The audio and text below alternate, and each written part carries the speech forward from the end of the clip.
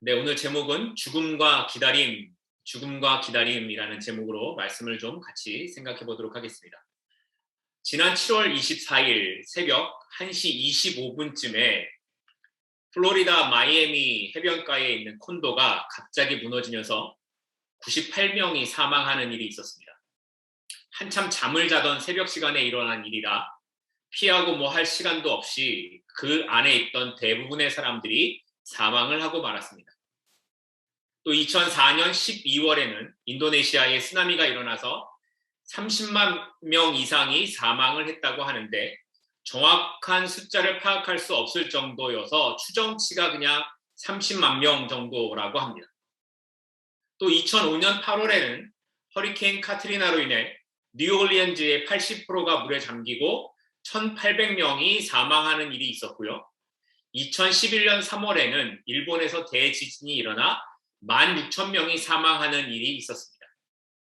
물론 한국에서도 우리가 잘 아는 세월호와 같은 끔찍한 사건이 있고 성수대교가 붕괴되고 삼풍백화점이 붕괴되는 그런 일들도 있었습니다. 그런데 이런 사고들이 일어나기 전에 자신이 이 사고를 당하게 될 것이라고 생각하는 사람은 아무도 없었을 겁니다. 잠을 자는데 갑자기 건물이 무너질 거라고 생각하지 않았을 것이고 배를 타고 수학여행을 가는데 이런 일이 생길 거라고 생각하지 않았을 겁니다. 또 늘 타고 다니던 버스 위로 건물이 무너져서 죽게 될 것이라고 생각지도 못했을 겁니다. 그런데 이렇게 자연재해로 인한 비극이든 사람 때문에 일어난 비극이든 이런 일들이 일어나게 되면 사람들은 그 원인이 무엇인가를 찾게 됩니다. 왜 이런 일이 일어났을까? 왜 나에게, 우리 가족에게 이런 일이 일어났을까를 생각하게 됩니다. 그래서 어떤 날은 책임을 져야 하는 누군가를 원망하기도 하고, 어떤 날은 자신을 원망하기도 하고, 어떤 날은 하나님을 원망하기도 합니다. 만약에 여러분이라면 어떻게 하시겠습니까? 그래서 오늘은 이 말씀을 통해 죽음 앞에 선 우리들에 대한 이 이야기를 같이 한번 생각해 보려 합니다. 오늘 본문 말씀인데요. 누가복음 13장 1절입니다. 그때 마침 두어 사람이 와서 빌라도가 어떤 갈릴리 사람들의 피를 그들의 제물에 섞은 일로 예수께 아뢰니. 어느 날 두세 사람이 예수님께 와서 충격적인 이야기를 전했습니다. 빌라도 총독이 갈릴리 사람들을 죽이고 그 피를 그들이 제사 드리려던 제물의 피와 섞었다라는 거였습니다. 이 사건이 도대체 어떤 사건인지 역사적으로 구체적으로 나타나고 있지는 않는데요. 그럼에도 당시 빌라도는 반유대주의적인 그런 정책을 펴고 있었기 때문에 사람들이 곳곳에서 시위를 하고 있었고, 특별히 수도공사를 위해 성전의 헌금을 빼앗아서 공사 비용으로 사용하려 했던 이 일 때문에 더 많은 곳에서 이 시위가 일어나고 있었다고 합니다. 그리고 이것을 무력으로 진압하려고 했던 빌라도는 사람들의 시위가 일어나면 몽둥이로 사람들을 때려서 죽이기까지 했다라는 그런 역사적인 사건들을 기록하고 있습니다. 아마도 그러던 중에 오늘 본문의 사건이 발생한 것 같아 보입니다. 갈릴리 사람들이 예루살렘에 와서 제사를 드리려고 모여 있었고, 모이다 보니 사람들끼리 뭔가 분위기가 심상치 않았던 것 같습니다. 그리고 그것을 진압하기 위해 빌라도는 사람들을 죽이는 그런 일을 벌였다라는 겁니다. 그런데 사람들이 이 이야기를 예수님께 와서 했던 이유가 뭘까요? 이 갈릴리 사람들이 억울하게 죽임을 당했다. 우리가 이렇게 억울하게 살고 있으니까 예수님이 우리 앞에 서서 우리와 같이 싸웁시다. 우리의 구원자가 되어 주십시오. 이런 이야기를 하려는 걸까요? 그런데 2절을 보면 이들의 의도가 좀 이상하게 보입니다. 오늘 본문 2절 말씀인데요. 대답하여 이르시되 너희는 이 갈릴리 사람들이 이같이 해 받음으로 다른 모든 갈릴리 사람들보다 죄가 더 있는 줄 아느냐. 바꿔서 말하면 이들이 생각하는 이 갈릴리 사람들의 죽음의 원인이 뭐라는 겁니까?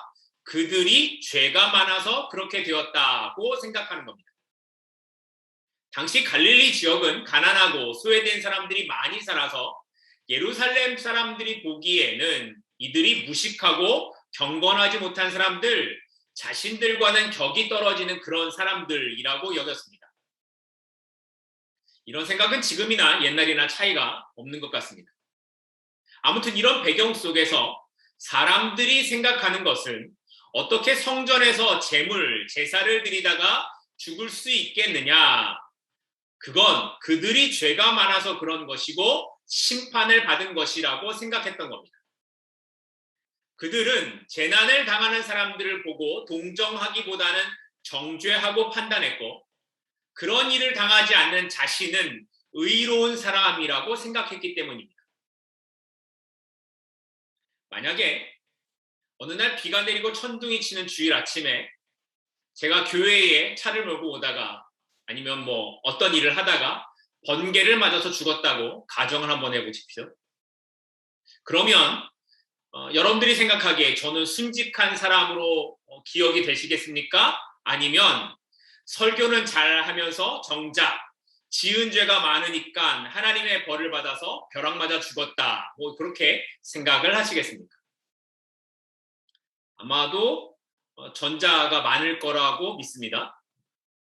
아무튼 우리는 뭔가 일이 잘못되면 원치 않는 일이 생기면 내 잘못으로 벌을 받는다 이렇게 생각을 합니다. 내 자신이 겪는 일을 이렇게 생각하는 것도 문제지만 더 큰 문제는 다른 사람이 겪는 일을 바라보는 시각에 있습니다. 2004년도에 쓰나미가 일어났던 그 해에 12월 26일은 성탄절 다음 날인 주일이었습니다. 그러자 그때에 30만 명이나 되는 사람들이 죽음을 당한 것이 성탄절과 주일에 예배를 드리지 않고 놀러 갔기 때문이라고 말도 안 되는 소리를 한 목사가 있었습니다. 또 일본의 지진이 일어나서 사람들이 죽었을 때에도 하나님께서 우상 숭배하는 일본을 심판하신다라고 말하는 사람들도 있었습니다. 그러면 정말로 사람이 지은 죄 때문에 전부 벌을 받는 것이라면 저는 당연히 그렇고 이 땅에서 살아서 숨을 쉬는 사람들은 아무도 없을 것입니다. 또 만약에 하나님께서 단지 성탄절에 예배를 드리지 않았기 때문에 주일에 예배를 드리지 않았기 때문에 그런 재난이 일어나게 하신 것이라면 해마다 성탄절이나 주일에는 수십만 명, 수백만 명이 죽는 일이 일어나야 할 것입니다. 한 사람 또는 많은 사람들의 죽음이 그들의 죄 때문이거나 그들이 하나님께 저주를 받아서 그런 것이 아닙니다. 오히려 존귀한 죽음을 맞이하는 경우도 적지 않습니다. 그래서 예수님께서는 이런 말을 하는 사람들을 향해 다른 한 가지 사건을 더 이야기하세요. 누가복음 13장 4절 말씀입니다. 13장 4절입니다. 또 실로암에서 망대가 무너져 치어 죽은 18사람이 예루살렘에 거한 다른 모든 사람보다 죄가 더 있는 줄 아느냐. 이 사고가 일어났을 때에도 사람들은 죄가 많아서 죽음을 당했다 이렇게 생각했습니다. 길 가다가 갑자기 망대가 무너졌는데 거기에 18명이 치어서 죽은 거죠.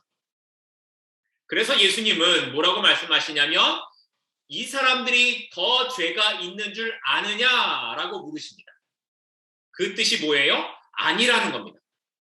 이런 일들은 갈릴리 사람이든 예루살렘 사람이든 누구에게든지 일어날 수 있다라는 겁니다. 이런 일들이 일어나는 것은 하나님께서 그 사고를 당한 사람을 덜 사랑하기 때문도 아니고 그들이 거룩한 삶을 살지 않았기 때문도 아니고 그들에게 죄가 많아서 그런 것도 아니라는 겁니다. 구약 성경에 보면 여러 왕들이 등장하는데 요시야라는 남유다의 왕이 있습니다. 열왕기하 23장 25절 말씀인데요. 요시야와 같이 마음을 다하며 뜻을 다하며 힘을 다하여 모세의 모든 율법을 따라 여호와께로 돌이킨 왕은 요시야 전에도 없었고 후에도 그와 같은 자가 없었더라.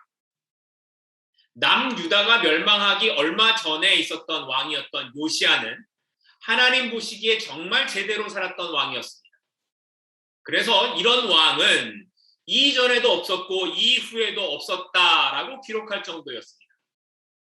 그런데 그런 요시야 왕이 38살 되던 해에 전쟁에 나갔다가 애굽 왕에게 허무하게 죽임을 당하고 맙니다. 이전에 므낫세처럼 악한 왕들은 60살이 넘어서도 잘 살고 왕으로 40년, 50년 이상 왕으로 그렇게 지냈는데 요시야는 38살에 전쟁을 하다 죽었습니다. 하나님 앞에 잘 살았던 왕인데 이렇게 죽습니다. 그러니까 우리가 이런 일을 당하게 될 때에 생각하는 것은 그들에게 혹시 우리에게 무슨 잘못이 심해서 내가 무슨 잘못을 했기 때문에 라는 것이 아니라 나도 죽는구나. 언젠가 나도 죽는구나. 나 역시 죽어서 심판대 앞에 설 때가 있구나 라는 것을 생각해야 한다라는 겁니다. 그래서 예수님은 이 두 사건을 두고 3절과 5절에 반복해서 이렇게 결론을 내리십니다. 누가복음 13장 5절 말씀 보겠습니다. 누가복음 13장 5절 말씀입니다. 너희에게 이르노니 아니라 너희도 만일 회개하지 아니하면 다 이와 같이 망하리라. 3절도 한 글자도 틀리지 않고 똑같이 3절에서도 말씀하세요. 너희에게 이르노니 아니라 너희도 만일 회개하지 아니하면 다 이와 같이 망하리라. 이 회개가 없으면 망한다는 겁니다. 회개하지 않으면 빌라도에게 죽임을 당할 것이라든지 회개하지 않으면 너희 건물이 무너져 너희도 죽을 것이라든지 그런 이야기를 하는 것이 아니라 회개하지 않으면 너희가 망하는 존재, 영원한 죽음 가운데로 가는 존재임을 기억하라는 겁니다. 그래서 3절과 5절에 반복해서 똑같이 하는 말이 회개하지 않으면이라고 하시는 겁니다. 여기에 회개하다라는 말은 눈물을 흘리다라던가 후회하다와 같은 말이 아닙니다.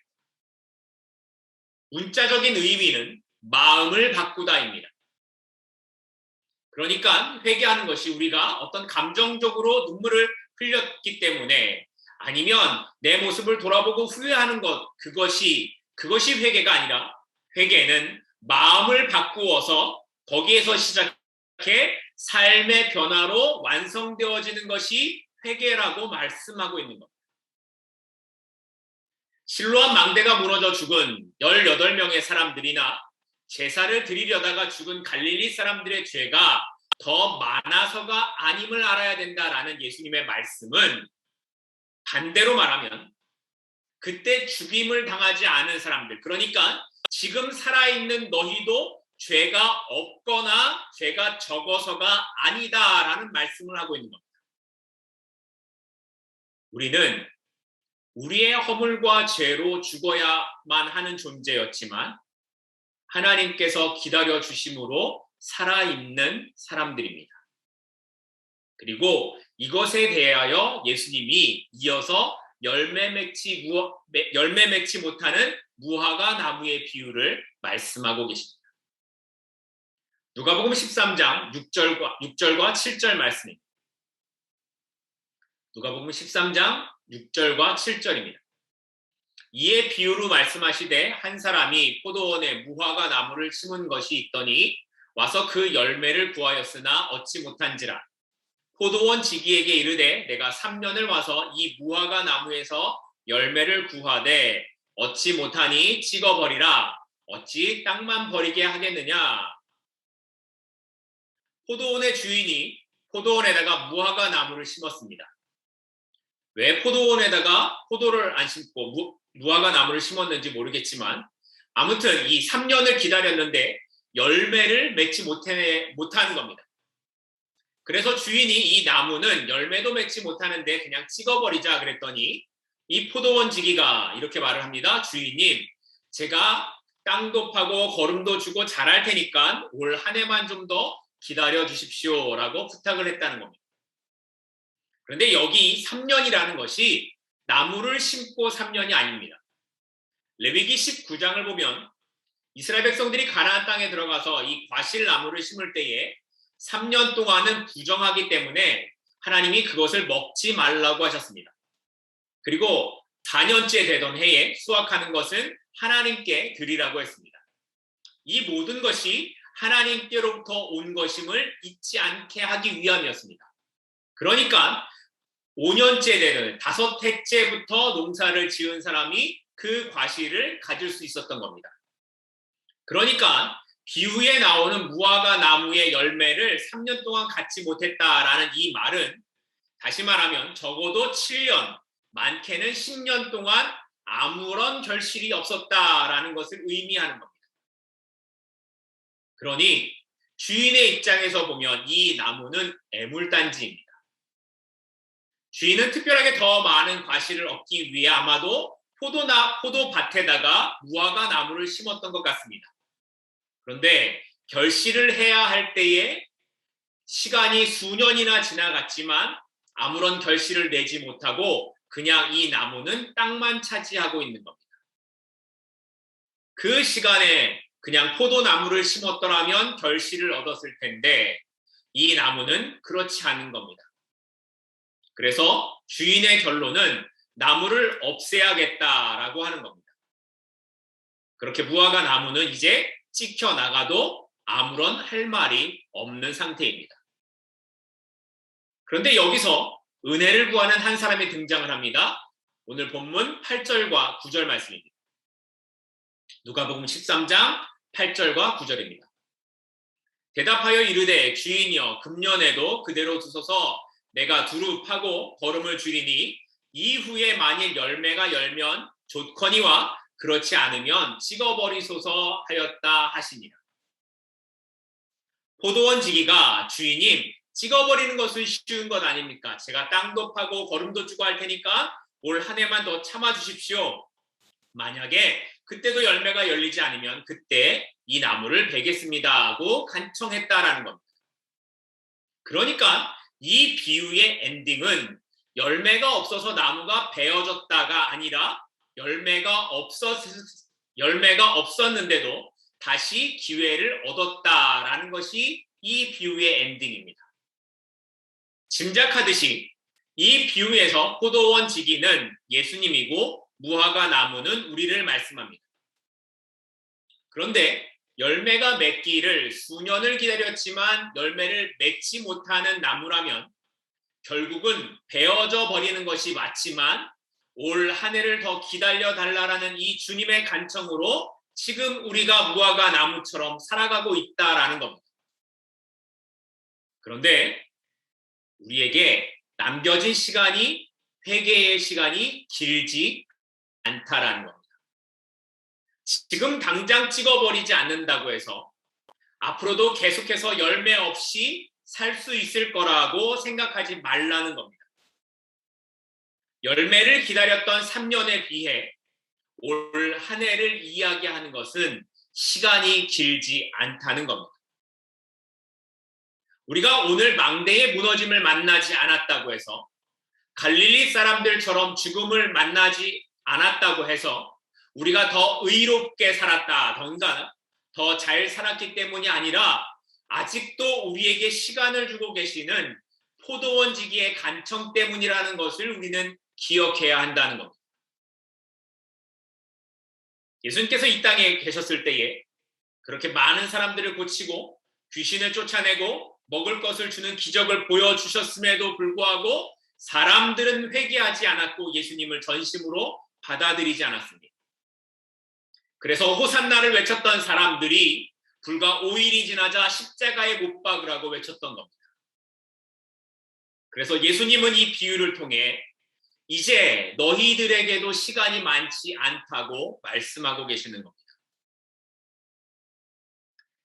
제가 바라는 건 우리 성도들의 대부분이 사람들이 말하는 평균적인 수명까지는 살았으면 하는 마음이 있습니다.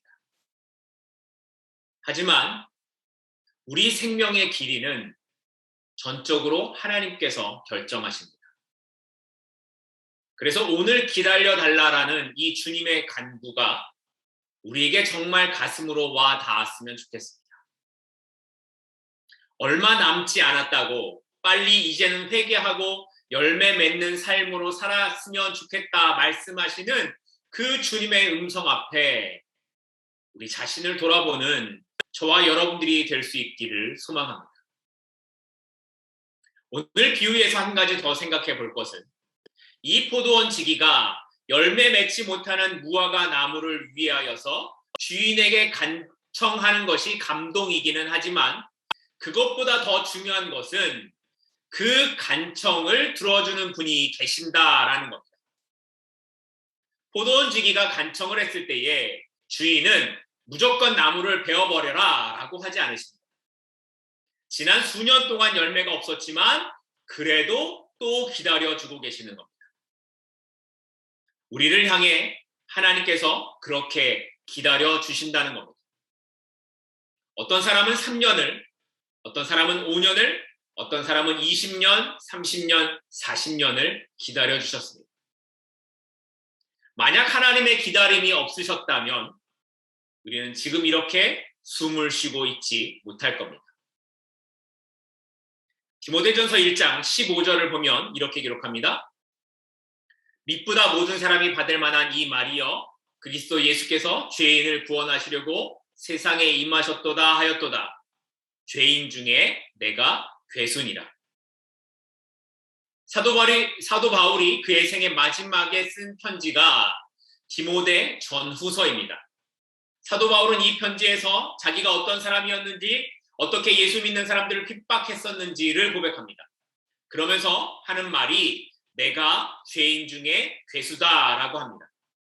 여기 괴수라는 말은 두목이라는 것을 말하는 것이 아니라 첫 번째, 넘버원이라는 것을 의미합니다.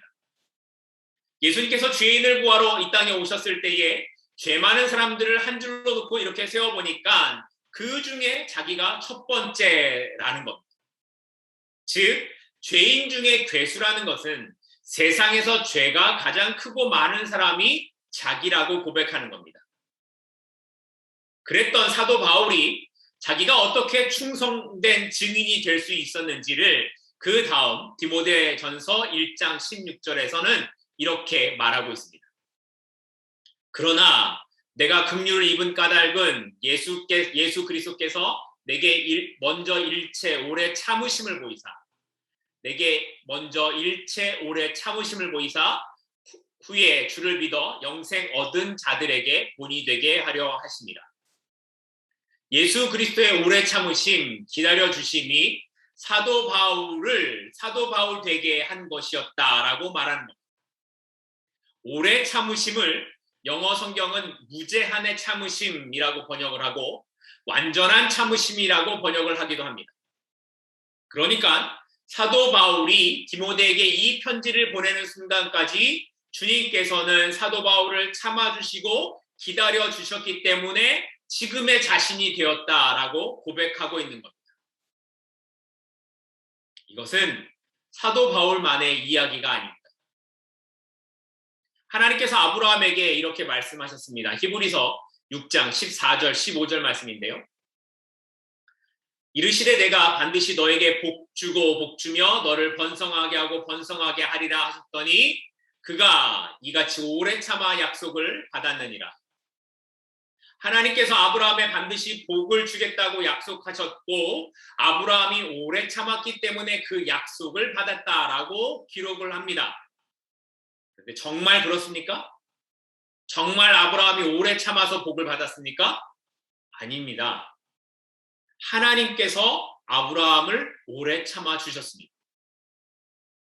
하나님께서 아브라함을 부르셨습니다. 그 아브라함이 독자를 바칠 그 믿음의 순간까지 40년이 걸렸습니다. 그때까지 아브라함은 아내를 누이라고 속이기도 하고 약속을 기다리지 못해서 여종 하갈에게서 아들을 낳았더랬습니다. 하나님께서 아브라함을 참아주지 않으셨다면 그는 믿음의 조상이나 복의 근원이 될 수 없었을 것입니다. 우리는 어떻습니까? 저를 생각해보면 상상할 수 없을 만큼 허물과 죄가 너무 많습니다. 목사라고 하지만 거룩함이나 경건된 삶보다 여전히 세상과 내 사이에서, 내 자아 사이에서 갈등하고 또 넘어지는 모습들이 너무 많이 있습니다. 아마 제가 심판을 보는 사람이라고 한다면 기다려주지 못할 일들이 너무나 많은데, 그런데 우리 하나님은 그래도 올 한 해 더 기다려주겠다라고 하시는 겁니다. 이 기다려주심의 은혜가 있어서 오늘 우리가 여기까지 온 것입니다. 오늘도 우리의 삶 속에 땅을 파고 걸음을 채워주시면서 기다려주시는 그 은혜가 있음을 기억하시기 바랍니다. 그리고 삶으로 나의 하나님의 자녀됨을 증명하는 그 열매를 맺어가는 저와 여러분이 될 수 있기를 소망합니다. 말씀을 맺겠습니다. 차를 운전하다 보면 가끔 계기판에 기름이 없다고 불이 들어올 때가 있습니다. 그런데 불이 들어와도 차는 여전히 속도를 내고 잘 달리고 있으니까 괜찮아 하고 계속 가면 어떻게 되겠습니까? 만약에 라스베가스를 향해 운전해 가고 있는 중에 사막 한가운데 불이 들어오면 어떻게 해야 할까요? 아마 가던 길을 돌려서라도 가까운 주유소를 찾아가야 할 것입니다. 우리가 살아가다 듣게 되는 안타까운 일들은 우리에게 그 날이 나에게도 오고 있다고 알려주는 신호와도 같은 겁니다. 그때 우리는 내가 잘 가고 있는지를 돌아봐야 합니다. 우리에게 기다려주시는 그 시간 동안 나는 잘 살아가고 있는지를 생각해 봐야 하는 겁니다. 우리도 언젠가 우리의 가족과 마지막으로 보는 날이 오게 될 것입니다. 그리고 우리의 생애의 마지막 예배를 드리는 주일도 만나게 될 것입니다. 그러나 그 결정은 우리가 할 수 없고 오직 하나님께서만 하십니다.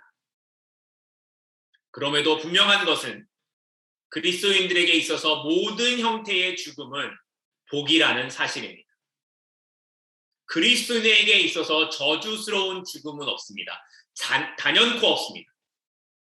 바로 이 사실, 모든 형태의 죽음이 복이라는 것을 받아들이는 순간부터 믿음을 가진 우리는 하나님의 약속 가운데 살아가는 것이고 우리의 삶에 하나님의 나라가 있는 삶이 시작된다라는 것입니다.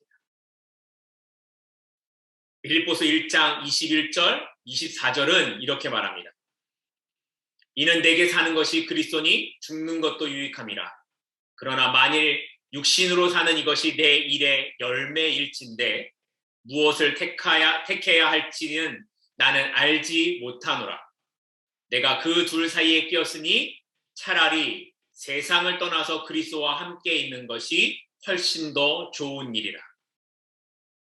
사도 바울의 소망은 세상을 떠나 그리스도와 함께 있는 것이 훨씬 더 좋은 것이었지만 이 땅에서 살아가는 그 삶이 자신에게 주어진 열매라고 고백을 합니다. 사도 바울의 이 고백이 우리의 고백이 되었으면 좋겠습니다. 내가 죽는 것도 훨씬 더 좋지만 나를 기다려주시는 그 은혜로 인해 오늘 하루도 열매의 삶으로 살아가겠다고 소망하고 결단하는 저와 여러분이 되기를 주님의 이름으로 소망하고 축복합니다. 기도하겠습니다.